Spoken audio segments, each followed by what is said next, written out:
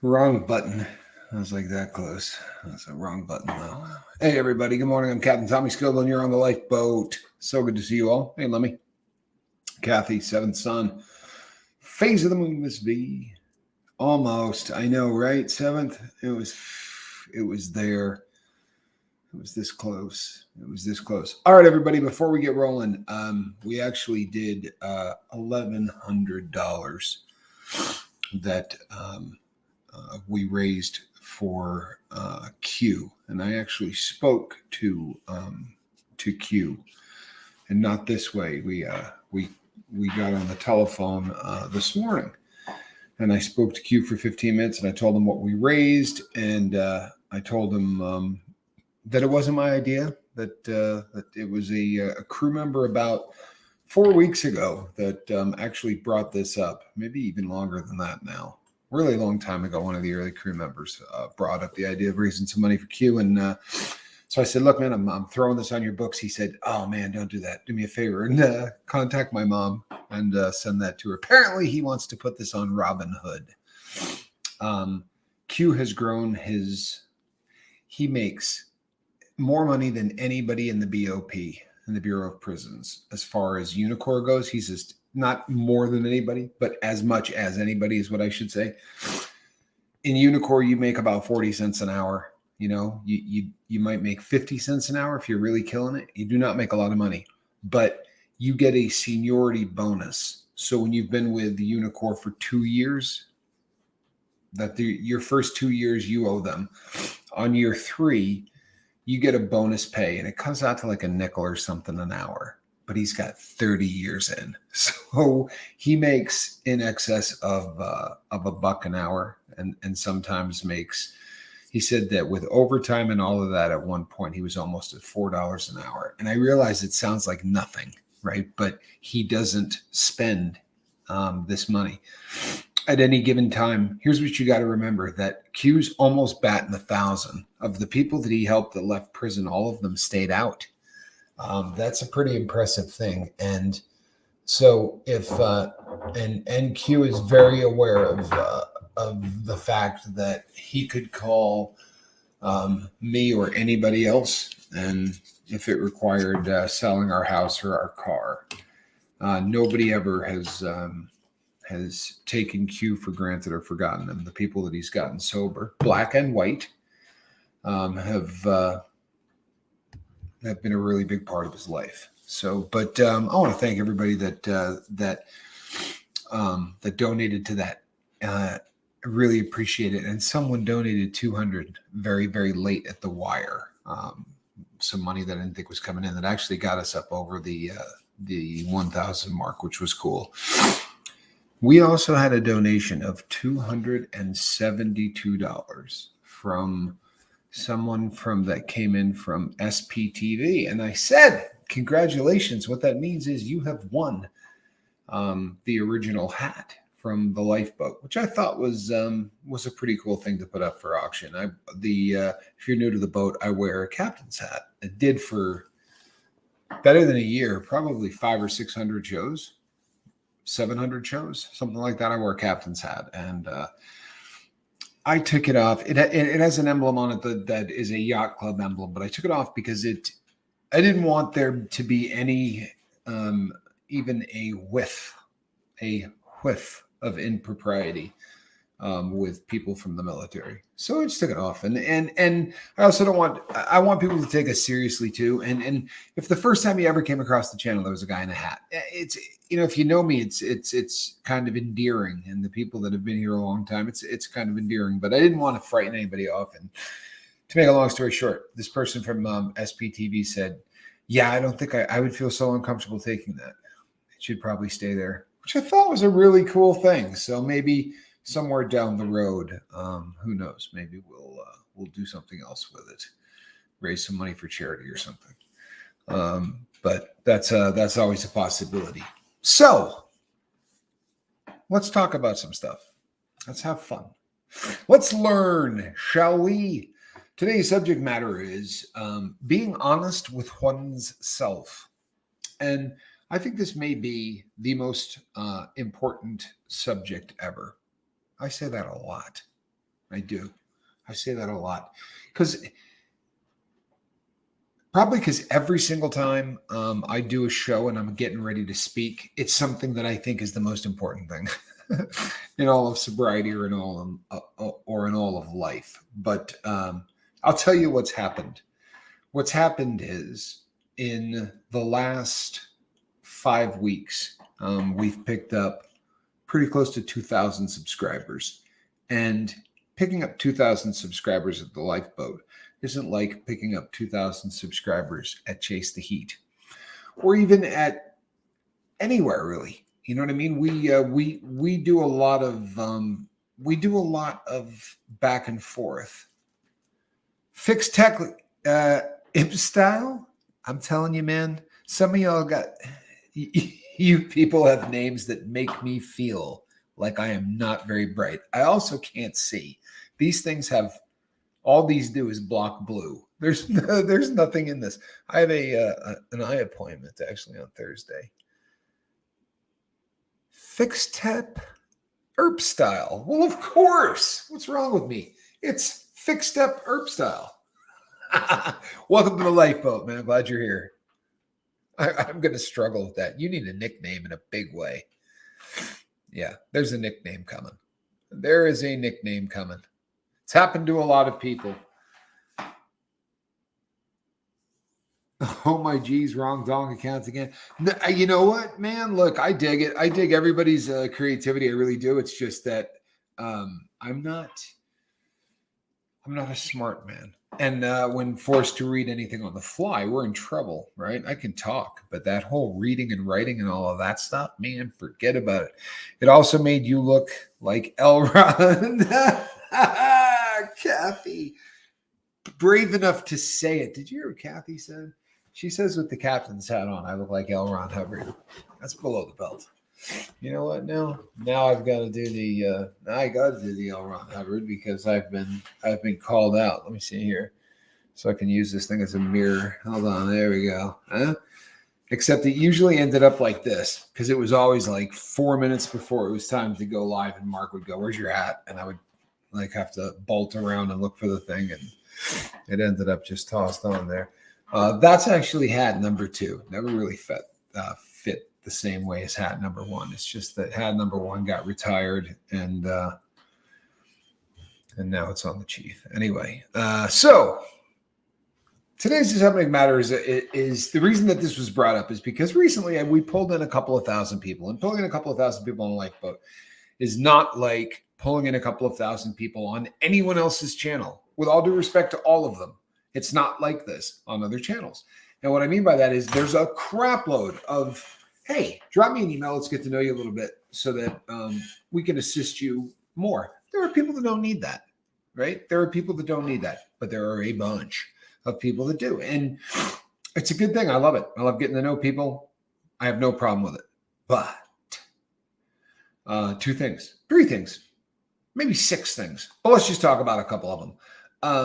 The first thing is obviously it takes a while to read because these aren't emails that say, hey, how you doing? I was addicted to heroin. I did it for about 30 years. And I ended up in prison.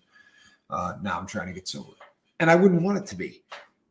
These are people that say, you know, when I was about 14, this happened. And right around that time, I started to do dope.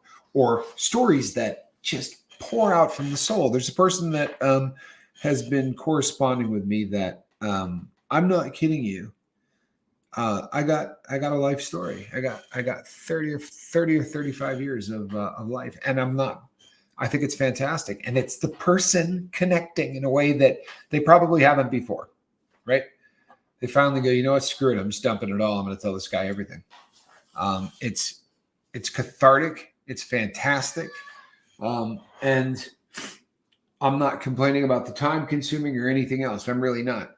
And 95 out of 100 of these things would absolutely touch your heart in ways that I don't know that the average person listening to me can imagine, especially when they come on the heels of one another. And the beautiful thing is there's about a 60-40 split of people that are just doing fantastic and people who need help. I would say about 60% of the boat is killing it. For real. For real. And in many cases, bringing a lot to the party. I don't remember whether it was an email or a comment, but someone last night that's got 30 years, right? They're showing up to the party with 30 years. This is the dream, right? A cat with 30 years of sobriety has done it 3 times longer than I have, and a tip, right? 20. I've got 8 years into this. You got 30, man. There's a lot of time into that, and that's a lot of life lessons. Sorry, this is the cat. I moved the rug in here because the cat has this thing about the rug from my bedroom. So it was one of the reasons she hasn't been here, is because when she's not when she wants anything underneath her, because the entire floor everywhere in this house is stone. So she would usually be chilling on the rug in front of my bed. So I brought it in here. Cuts down a little on the noise, and I see a lot more squirrel nut zipper. And I've heard rumors that there was a mutiny concerning a lack of cat in the basket, and we can't have that. The other thing that these, hey kitty, the other things that are an issue with these emails, right, is there's a recurring theme. And it's really fantastic because it's so illustrative of the things that we talk about here all the time. The 60% of the people who are killing it, the 60% of the people that are doing really well, write to the boat, and they say things like, you know what, Captain, I screwed up for about 17 years. Here are the things I was doing. And there's this ownership of the past. They get through it pretty quick. They don't spend a whole lot of time dwelling on it or talking about the guilt of it or anything else. It's just factual kind of, here's my past. They'll tell you how it felt. Later on, there'll be some heartfelt stuff. But there are a lot of people on the other side, the 40% that need help, that struggle really hard with being honest to themselves. And if you wrote me an email and you go, oh man, I know he's talking about me. You know what? If you had any idea the number of emails that I get, there's a really good chance I'm not talking about you. And in the early days of the boat, it was scary because if you said, hey, I got an email, there was like 7 people on the lifeboat. And, they're all in the chat looking at one another going, I wonder which one of us sent that email, because there just weren't that many people. But yesterday, the video that we did in the morning got 1,800 views. If that doesn't blow the hair back that you have on your head, it's because you hang out on really big channels. You spend a lot of time there. The crew of the boat knows that that's huge. That's just really big for us. And if you consider that what we do is in large part like a sobriety meeting, very often, if we got 1,800 people to see something yesterday, that is an absolutely beautiful thing. It's exciting as hell. But so more people, more emails, and more people who are just completely, for lack of a really nice way to say it, BSing themselves on a daily basis. The number of people who tell me about their story, and their story has in it that they've been doing opiates every day for the last 3 years. 3. But they're pretty sure that they're not addicted. They know they're physically dependent. Now, make no mistake, this could happen. In fact, I spoke to somebody yesterday. This happens. This is confusing as hell. This is probably the the grayest area of rehabilitation. This is a bizarre phenomenon. And counselors don't talk about it. I promise you they don't. Because they don't want people to know about it. And when you hear why, it will make sense. But we talk about how you could take 2 people, put them on brain scans, and see a difference in the brain of the person who becomes addicted to chemicals. There's a difference in our brain. One part fires more, and another part should fire more and doesn't. So there are 2 areas that you can absolutely distinguish from everybody else's because they don't look right. You follow me? There's something wrong with them, or right, but you can differentiate. There's nothing wrong with our domes, but you can differentiate. They are different. Make no mistake. So you get two people who run side by side. They're freshman roommates in college, or they're cellmates in a prison. Like this is not somebody that you're really going to get away from, right? And the two of you do the exact same thing every day by day, stride for 2 years. You do heroin every single day. Okay? No difference in amount, nothing. Pretty good chance you're both strung out on heroin, right? Of course you are. Absolutely. It's a physically dependent drug. You're both going to go through the exact same withdrawal, everything.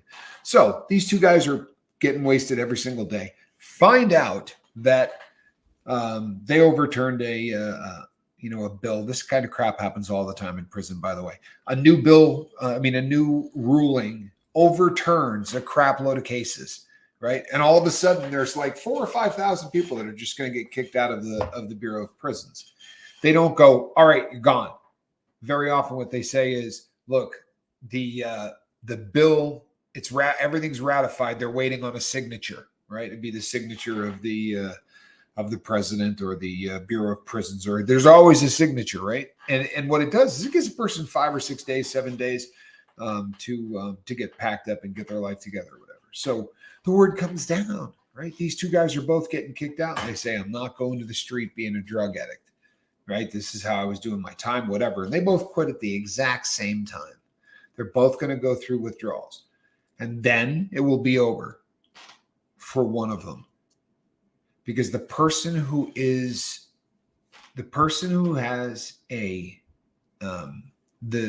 I don't know whether you call it a gene, because I don't know that they've isolated a gene yet. Those of us who are drug addicts, that person who has that predisposition to drug addiction, right? If I'm one of those people, when the other guy quits, I don't have a chance of quitting. I don't. I mean, not without getting into a program and really working, because my mind works differently than the other guy's mind. You understand? And this is also part of the disease that makes people BS themselves to the umpteenth degree. But regardless, so if that person is not a drug addict, but they do drugs every day for 15 years, you can abuse drugs, not be a drug addict, and destroy your life in the process. You can. And sure, you can become physically dependent on heroin. And there are people who spend their entire life jumping in and out of dope. I've said this many times on the boat, but I thank God that I wasn't one of those people who could function doing heroin. I mean, I honestly thank God that I was one of those addicts that gets in and cannot even get remotely near the brake pedal. It caused me to hit a rock bottom. It caused me to end up in prison. If it wasn't for those things, I'd be unable to take care of myself. I guarantee you by this time, I might have been out in the real world, but I'd be a 55 or a 65-year-old person living on whatever I could beg, borrow, or steal. That was the life. The focus was so laser focused on drugs. And ironically, one of my biggest problems was I lacked the ability to be honest with myself. I absolutely lacked the ability to be honest with myself. And every once in a while, I'll do a show and it will be dog shit. Pardon me. I will do a show and I will be like, that's top 5 worst shows I ever did, right? Just, when you talk for an hour on a subject matter, there are times you just can't keep your thoughts, right? You got something in your head like a bill, right? Or something, and it's just nagging at you, or something that somebody said in an email, or people on the boat are fighting. Sometimes, and I just do a crap show, right? I do a bad show. And you do enough of them, you do a lot of bad shows. I would say 30 or 40% are not great. But every once in a while, I'll do a dog. Like, people will call me afterwards. 7 Sun will send me an email. You all right, Cab? Right? Every once in a while, you just do a show that really, really sucks. And I remember doing one that was just god-awful. And I was opening up an email, and the heading said, last night's show. And I was like, crap. So I opened it up, and I started reading. And the person went on to say that something I had said in the show had got their attention. It said they heard something that apparently they hadn't heard before about sobriety and about rehabilitation. What they heard was something repackaged, right? I'm not saying anything no one hasn't said. It's just not that big a subject. We're not talking about physics, right? We're talking about sobriety, and it's a pretty nuts and bolts kind of nailed down thing at this point. We really kind of understand this disease. I just parrot other people's stuff, and then I throw in anecdotes and things like that. But anecdotes. But this person picked something out of what I said, and it changed their life. Right? It took cue for me. I had heard everything. I had heard everything from every single person, right? I had read books. It's not like I met Q and said, maybe this quitting heroin thing is a neat idea. I'd been trying to quit heroin for 3 decades, right? I gave it hell. I mean, I truthfully and honestly went into every program with the best of intentions. I never, ever got anything out of any of them. But I never walked through the door going, I'm going to blow this off, right? I'm going to call somebody tomorrow and have them send me heroin. I never went in the door with those kind of ideas. Usually by about day 5, I was calling a friend of mine. You need to get a Suave shampoo bottle. You need to pack it with bags of dope. And then you need to seal the top because this rehab checks all of that stuff. And then you need to send it in to me in a care package. And that's just what I did. It's embarrassing as all hell, in all honesty. But that's the person I was for a very long time. But I digress. What Q did was give me the ability to be honest with myself. What I did for that girl in the worst show I've ever done was somehow give that girl permission to be honest with herself. If you're out there today and you are BSing yourself, there is a small but strong part of your brain that knows you're full of crap, right? Even when you're lying to yourself and you are really trying to convince yourself of all of the things that we do, not just as addicts, but as normies that want to go through life at the lowest common denominator, right? Here's one of the biggest problems that we make as human beings, whether we're human beings getting sober or we're human beings going through life or whatever. We get this common misconception, probably brought on by the number of stupid books written every single year, that we need to work on the brain, and when we've got the brain where we want it, life is going to be perfect. And there'll be a self-help book rolling off the presses before this show is over that has something to do with that subject matter. And by the time we meet here again tomorrow, there'll be 25 or 35 more books just like it. I got news for you. Your brain is not your friend. Your brain is not your friend. Trust me on this one. I want you to start thinking of your brain in a completely different fashion. Whether you're in recovery or whether you are just some swinging fella or lady who stopped by to listen to what we got going on, I want you to start thinking of your brain as a different entity than you ever have. This is how I want you to think of it. I want you to think of your brain as the operating system. It's going to keep your heart beating. It's going to fill your lungs with air. It's going to make sure that you're ambulatory, right? If possible, bodies break down. But in theory, it's going to give you the opportunity to walk around, do things. So with all of this going on in the brain, it's the operating system. It's making everything go right. Those deep, really heavy-duty existential thoughts that you have on life and on family and on love and on all of those things, I don't want you to think of that as part of the brain. I really don't, right? The brain wants the status quo.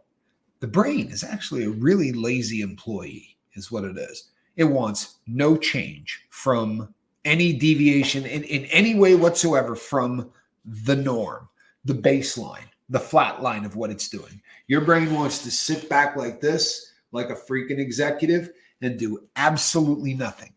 And you say, Tommy, that doesn't make any sense. Oh, but it does. Trust me on this. It does.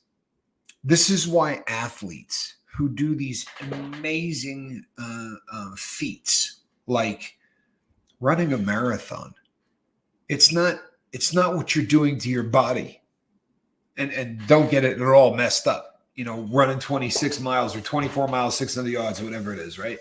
Well, that's plenty of abuse to do to your body, but that's not what it is. It's a fist fight with your brain. It's you telling your brain, no, we're going to keep running. When your brain says, screw this, at like mile 7, right? Or mile 17 or whatever. And then that wall that those athletes speak of. I've never run a marathon at all, but I know, Johnny has, and I know a bunch of other people that have, and they talk about, and Heather Joy could probably tell you a stink load about this because Heather Joy does a lot of running.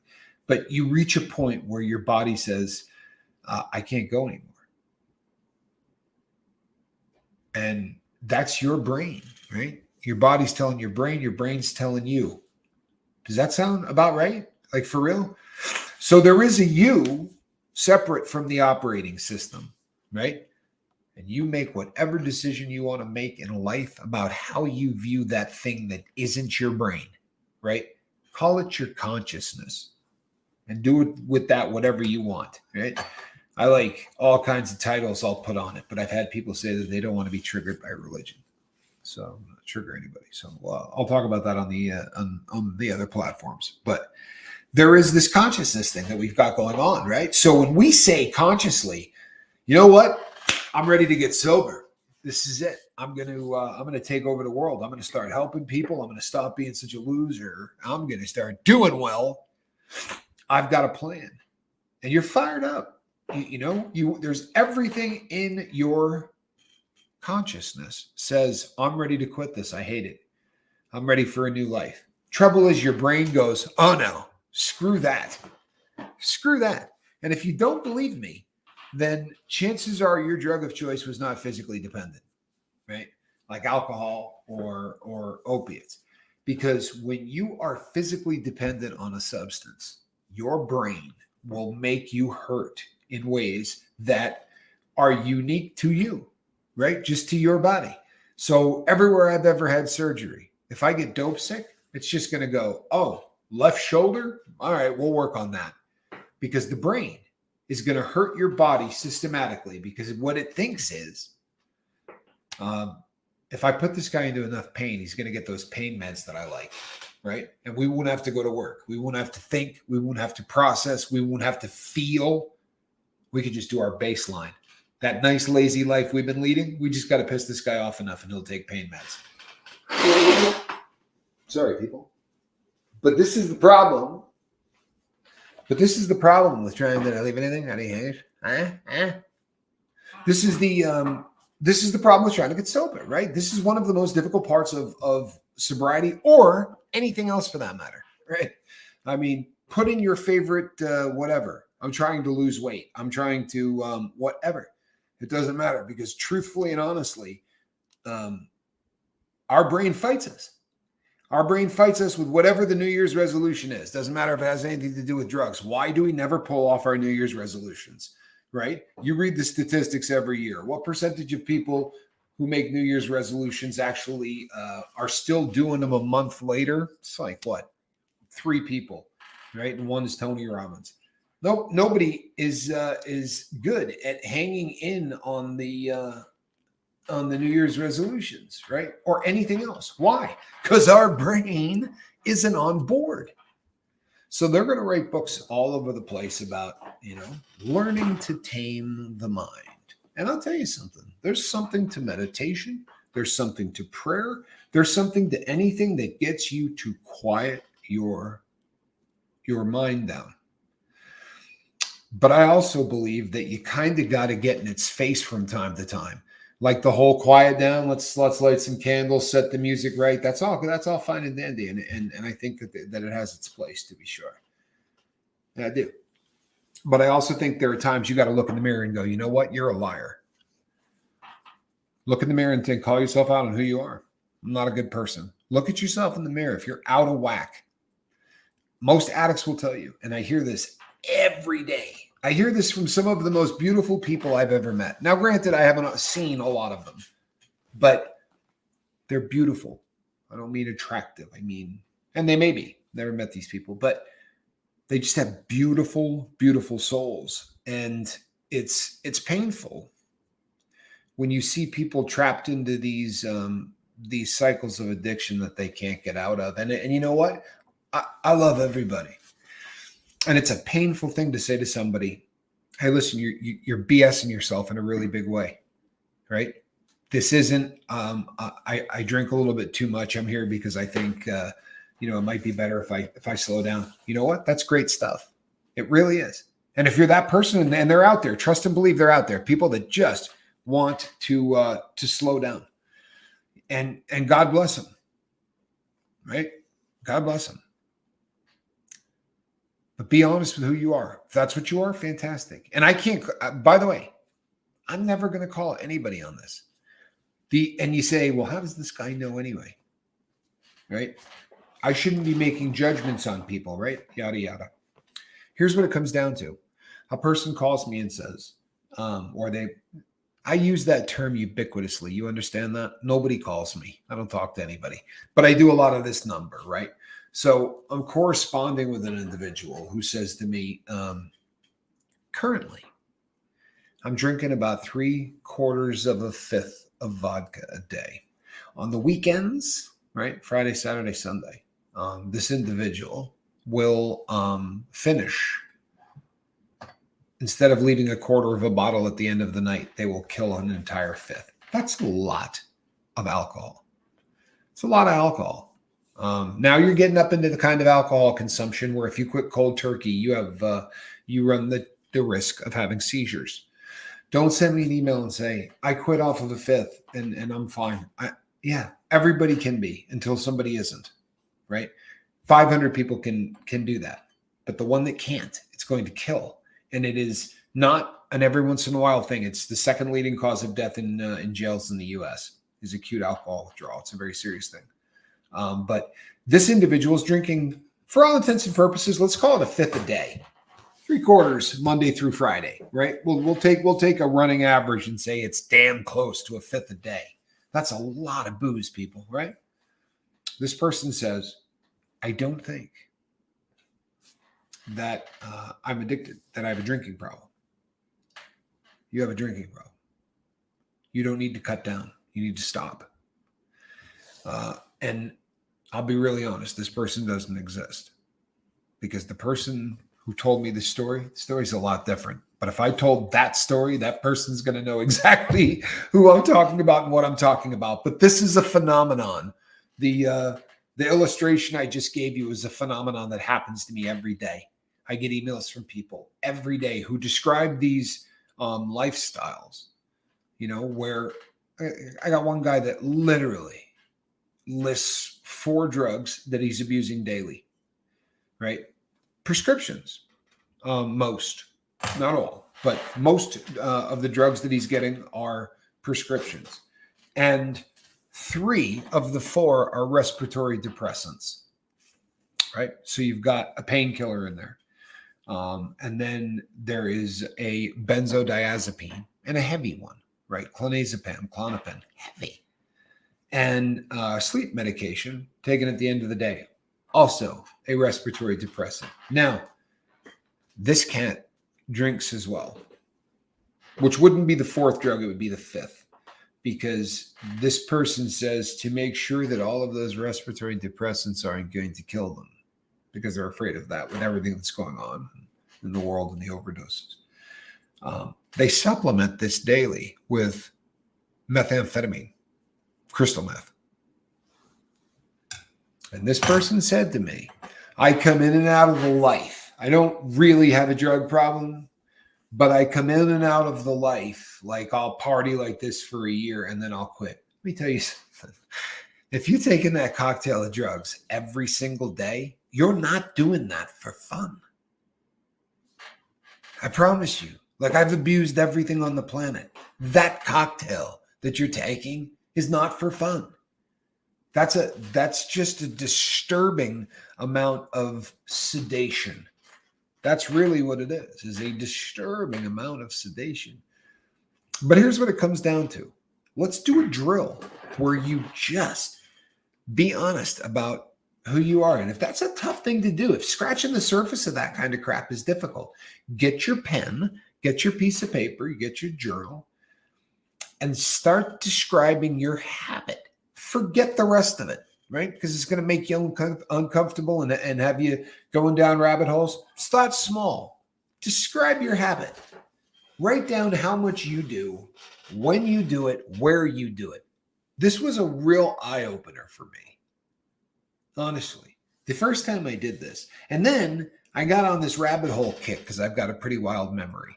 So I started trying to like go back in time and do these things kind of retro, right? Like I'm answering the questions that were asked of me on the last days of my abuse and going back 5 or 10 years and answering those questions in my head as to what I was doing then. But if you just describe your drug addiction, like one of the things that I realized is that in the time that I did heroin, I probably did 90% of the heroin that I did in bathrooms, right? I was always in a restroom. And it just was, and it occurred to me as I'm writing it down, just how absolutely disgusting this is as a concept, right? You're in a restroom, whether it's mine, at my home or someplace else, it doesn't matter. It's a disgusting concept. Here and there with a needle, right? And they, restroom. Anyway, this girl just collapsed on the rug like she's been shot, literally. Write down what you're doing. What drugs are you doing? How much are you doing? Where are you doing them? What's going on? But I'll tell you something. The honesty thing. If you want to lie to me, it's cool. Honest to God, I'm an internet. I run a sobriety meeting on the internet. Right? You want to lie to me? Knock yourself out. It's not gonna hurt either of us. Not much. Certainly not going to hurt me. But if you're lying to yourself, then don't waste your time with the rest of it. You need a baseline that's real. You need a launching point that's real. This is who I am, right? This is who I am. That's what I want to be.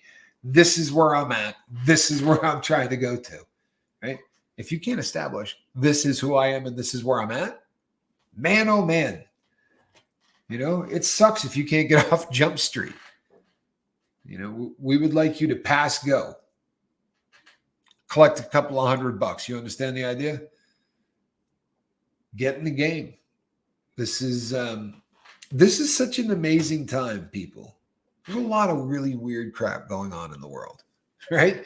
How many times have you heard someone say that in the last little bit? You watch the number of people watching right now are going to go like lemmings running off of the side of a cliff. The numbers are going to drop. And do you know why? Because they think I'm going to talk about politics. I'm not. There are some amazing things going on in the world right now that I think are fantastic. I'm not kidding. We're living in rugged times. I'm not going to sit here and BS anybody. And there's a lot of bad stuff going on. And everybody here could list 6 things off the top of their head that they think is really, really screwed up about the world that we live in. I get it. I really do. But that's not what I'm talking about. There are currents. There are waves going on currently around the world.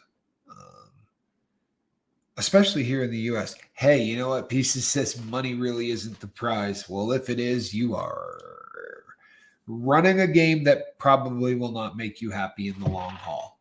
Now, I'm not anti-money at all, right? I have a watch business. I sell watches, and I sell very nice watches, and some of them are ludicrously expensive, right? Really, really expensive watches, and I would like to own every one of them. All of them that are in the inventory. I got a couple of quorums that were like 26 grand. I'd like to keep them. I don't want to sell them. I like money. I like all the things it buys. I really do. I just can't make it important in my life anymore. Last night we did a show on changing who you are. I had to change that. That was the focus of my life for my entire life. And you know what's really bizarre? And this is the truth. Uh, I don't worry about money. And I don't mean that I've just gotten to this Zen position in life. I mean, I make enough money that that my bills are covered, that I'm able to do a little philanthropy with the boat and help some people, and and I don't have any stress. I don't have a boss, right? I mean, I don't worry about it, but I don't fixate on that crap either. Like when the watches sell and the money goes into the bank accounts, I just forget about it. I really do. I don't mess with it until bills need to be paid. I don't spend money on anything. Just and it's the first time in my life I've had it. And if I wanted to go and do things like, I wanted to go get stupid and spend money on things, I could go do it. I could be buying stupid things, and all of the things that I used to do when I didn't have the money to do it, I'd be out buying all the stuff on credit. Now I can do it, and I honestly don't care.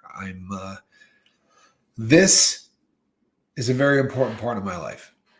It really is, and the interplay between me and the people that have found the lifeboat. This is money is the gift. With sobriety, it's a necessity. You need it to survive. More mommy, more bills. Yeah. Yeah, I found, honestly, that once I was sober and once money wasn't the focus of my life, right? The focus of my life was I didn't want to half-ass anything ever again. I spent the first 46 years of my life giving about 65% into almost everything I ever did, right? Not skiing, because I was a good skier and I was into it. And I trained and I hurt myself and I did all kinds of things.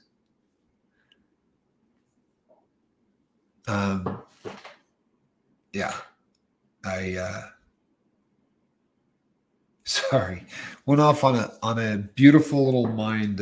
Anyway, I did a lot of skiing. There were things that I put effort into, but the vast majority I did not. And when I redesigned myself, I decided that I was going to go after whatever I did. Like my life depended on it. Like I was pissed. You know what I mean? Like it was just 100% into sobriety, and prosperity will follow. Pieces that's really kind of what happened to me. What happened is that when I decided that I wasn't going to half-ass anything, I got jobs like the job that I got at that shipyard. I knew the day I got hired what day I was going to quit. Right? It was never going to be a career. It was going to be a Joe job. But I got there and worked harder than anybody. I got there and worked like my life depended on it, because it was the first shot I had of showing somebody that I was sober and I was going to work harder than other people. Check it out. Put something in my hand. Give me a paintbrush, right? Give me a sandblaster, whatever. I remember, honestly, I was like the first or second day that we were there. It was me and there were 3 other convicts there from the halfway house. I didn't know them. They lived in different parts of the house. That halfway house is huge.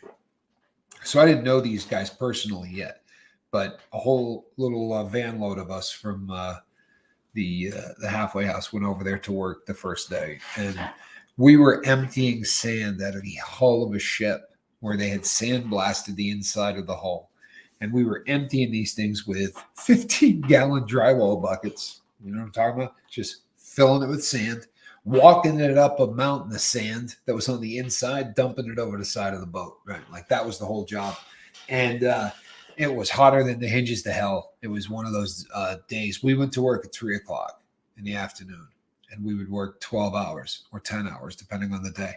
But we're in there and we're working with like 4 other guys who work at this shipyard and have forever, right?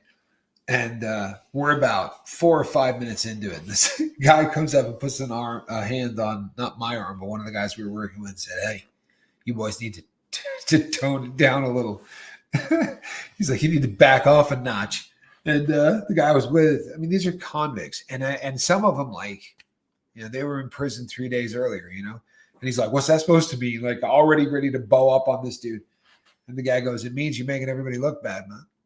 He's like, you guys are working like you have to get this done today or it's the end of the world. He's like, kick back a little bit, throw 5 or 6 buckets and smoke a cigarette or do what you do. But they were, that's how everybody leaves prison. Like everybody literally came out with that attitude.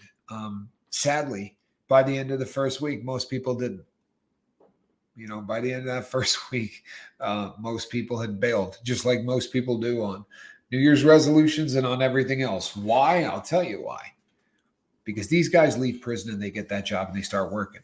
And they start working hard, really hard. And what happens? The guy that they work for comes up and says to him, you know what? You're doing a hell of a job. Seriously. Might even offer you guys a little bit of overtime or maybe have you come in on the weekends. And this dude's successful, man. He just got his first taste of success. And guess what? He has absolutely no idea how to deal with it. Right? We've never been successful. Seriously. Those guys coming out of the joint, me? No, I had no idea how to deal with success. I'd been screwing it up every time it showed up in my life forever because I was terrified of it. Because I did not know how to cope. I knew how to. I was really good at doing. Get up there, kitty. I was really good at doing miserable. You know what, cat? Oh man, she is laying on the cord. There you go, kitty. How about that? Huh? She's trying to eat the headphone cord, and then she lays on top of it. She had my head pinned to the basket. What a good kitty. She is, I think she's torn about, she likes being up here in the basket with all of us. I'm trying to find, I really am, a round piece of slate that I can put in the bottom of it to like a temperature thing. Because I think she'd probably rather lay on slate most of the time. Although she was just on the carpet. So maybe we're gonna be all right. We're going to see what happens. Squirrel, squirrel, squirrel. See, Arizona Raven knows. And squirrel also is back into the groove because I do have TREATSs. You know what I'm saying? Can't really say that out loud anymore because she goes nuts as soon as she hears it. We got a woo, Heather, let's do it. What do we got? Let's just see something here. Uh-oh, somebody's running. See, I'll tell you what, my brain, I've never been a guy, like when Johnny ran a marathon, I was blown away. Absolutely blown away. I couldn't run 5 miles if my life depended on it. I couldn't run 5 miles if the antidote was at the other side. I think probably, like if the life of my kid depended on it, I could probably knock out a marathon. But if it's just me running and there's not like somebody chasing me, I'm good for about 400 or 500 yards. Then my body's like, what are you doing? God made transportation to cover all this. Like, you don't have to do that. You could get a Segway, right? Or maybe a skateboard. You want to save some money, not spend $5,000 or $6,000 on some geek toy. You could get, how about one of those one-wheeled things? You seen those numbers? That's a good kitty, huh? It only took you 50 minutes, but you're in the basket. Yeah, she really is a good girl. I haven't just sat and relaxed in so long. Oh, well, relaxation is a really good thing. You know what? Believe it or not, people, I've been getting better at it. I really have. I've been trying to take a little bit of time to myself. I jagged the Manitou incline. Tommy, come down. You jogged the now. It doesn't sound like fun at all, bro.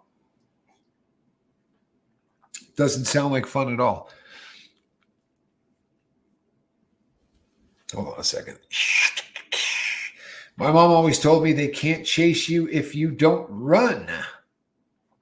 It programmed me to be anti-running. There you go. John Doe wants a solar-powered golf cart, and I think you should have one. I really do. If I was 20 years older, I'd be owning a one-wheel. Oh, if you were 20 years younger, you'd be owning a one-wheel. Do you know what's really funny?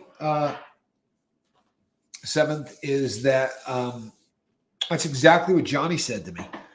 Johnny said, man, if we had been born, 20 or 30 years earlier, he said we would have hurt ourselves on those one-wheeled things because we were always up for anything stupid that, anything like that. Skiing on sand, the skis with the little rollers on the bottom of them. I don't know if you guys remember summer skis. It was the dumbest idea in history, but it was a ski that had a track on it, like the track that you would see on a bulldozer or a tank, right? Except it was rubber and kind of padded or whatever, and super, super, like it was on bearings, and the bearings were, tight, really lubed up and running perfect and whatever. So they slid really, really easy. But you would just put on a pair of normal skis at the top of a ski hill in, June or August or whatever. And you just go down the grass on these skis. And absolutely the dumbest thing ever, right? Because you can't edge, right? And me being a really good skier at the time and a guy that basically thought about nothing but skiing, put these things on, you would have thought the first thing I would have thought would have been, how do you edge on these, right? No, I put those puppies on and just tried to go. And then right around the time I needed to make the first turn, it occurred to me that it really wasn't going to be the same thing as skiing at all. You just had to make sort of huge, giant slalom S turns. It was probably a fad that it's probably why it didn't last long, right? I don't think I've seen one since, but there's been some other ways that people have tried to ski downhill in the summer. But those one-wheeled things are a trip. They really are. Pieces. Have a nice day. Trophy yellow smiling, glasses, purple, yellow diamond. You got me. Seriously, that is a hell of a description right there. Have a great day, Annette. Don't jump on moving trains, though, they say. I'll pay for it later, they say. Dang it, they say. So many dumbasses said, okay, reverse psychology has never been a good thing for me. There you go. Great comment. That was a good comment. So here, you know what, people? This is what Mark and I used to do back in the day, and it's what I'm trying to do from here on out. Talk for about 45 or 50 minutes, keep the subject matter going, and then I can pop in, say hello to the people in the comment section, see how everyone's doing, take some questions, crack some jokes, that kind of thing. Well, we got a good piece of news. I don't know if anybody has been, do I recommend coffee? Do I recommend coffee? I recommend coffee for me. I'll tell you what, I can't live without it. That's not entirely true because I have, but I enjoy coffee. I really do. I like the way it tastes. And I like the caffeine buzz.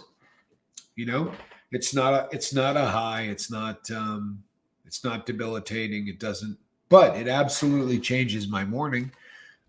When I wake up, where are you going, kitty? It's right around cat in the basket time. Yeah, she's trying to cool off. Come here, squirrel nut. Come here. She goes from she goes and sprawls herself out on the tile and or the stone, whatever, and tries to get as much of her body on it as possible because it drops obviously her body temperature really quickly, and then she immediately moves like a couple of inches over. David Faulkner says, I'm 3 months sober and I'm having a hard time lately. One day at a time, man. David, couple of quick questions, my brother, and you don't even have to answer them out loud if you don't want to. But are you in some kind of a program? Are you working with somebody, or did you just kind of go cold turkey? I would really seriously recommend getting an actual program, a routine of something that you're doing every single day. The more that we can make what we do in sobriety a routine, the better a chance that you have for success. And everybody here will be absolutely willing to work with you, to talk to you. This is what we do. And having a support system is huge. It is. We're here twice a day. We're here first thing in the morning, 5 a.m. California time. Then we're here at 5 p.m. on California time. And the reason we do these things live is so that everybody can get together and talk in the comment section the way you just did. and coming here and saying just what you just said is how this is people like honestly 101. Take a lesson from Mr. David Faulkner.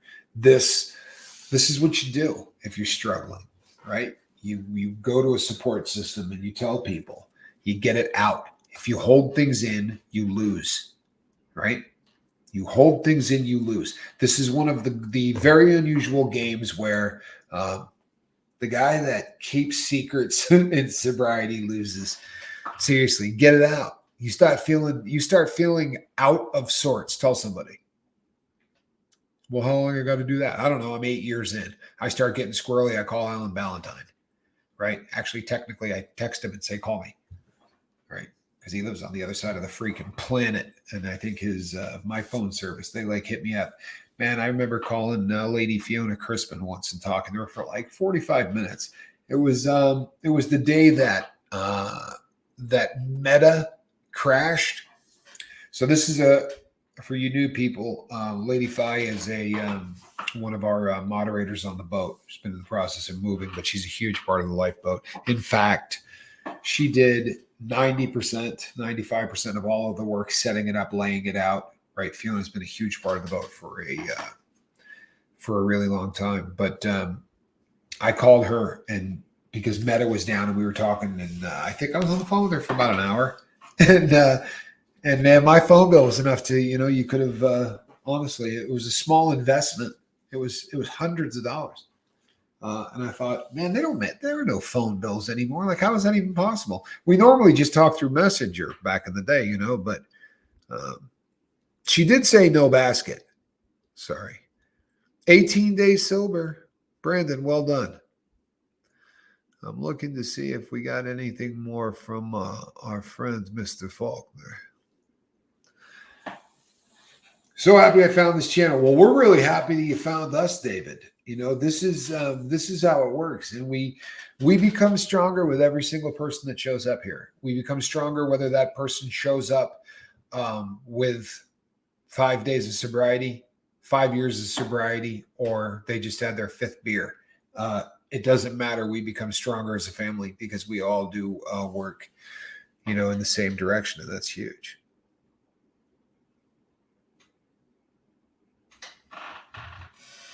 It reminds me of a jackass stunt. You know what? Not knowing where you're going with that, I'm going to stay out of it, because when people start talking about jackass stunts, there's a decent chance I'm going to end up vomiting milk through my nose. Anytime people start talking about stunts, Johnny pops up at the front door, and the next thing you know, I'm eating something that smells so foul and disgusting that no one should ever even think about eating it.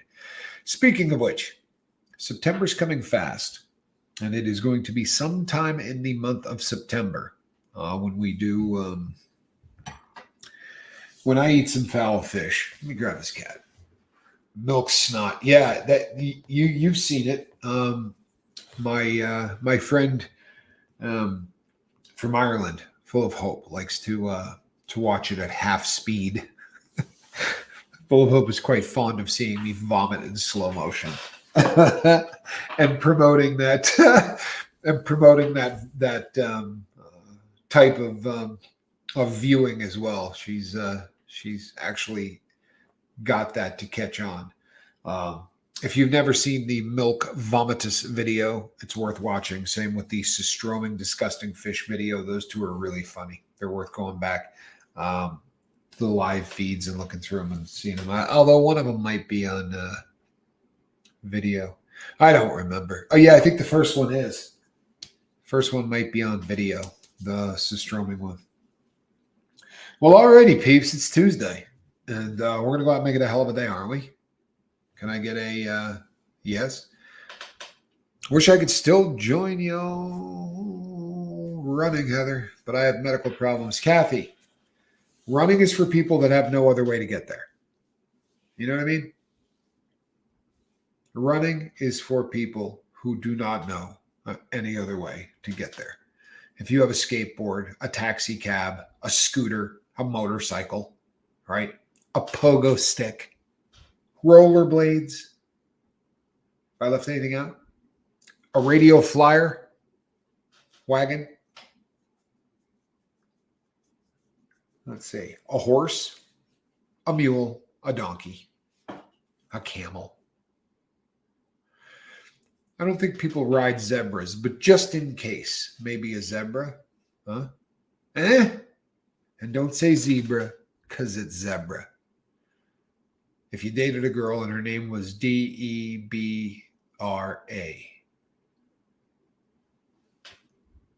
would you call her Debra? Of course not. You'd call her Deborah. So it's zebra. Allow me to get this feline so that we can actually end this thing the way that we're supposed to, sort of. See, we're going to do this a little bit differently today, all right? Here's how it's going to go. All righty, crew. I am Captain Tommy Scoville, and you are on the lifeboat. Hold on. Yeah, I'm Captain Tommy Scoville, and you are on the lifeboat, and this is a basket.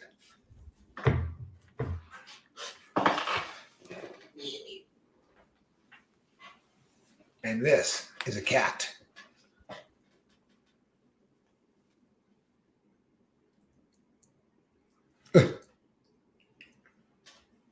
Are you having fun? Alrighty, that's Squirrel Nut Zipper. She's going in the basket. And now she'll walk on the computer, and with any luck, she'll just end the stream for me. Go ahead, Squirrel, knock it out.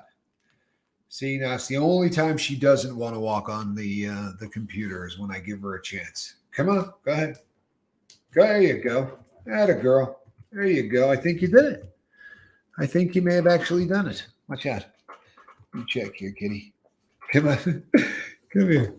Oh, I don't know if you ended this stream or not. No, here we go.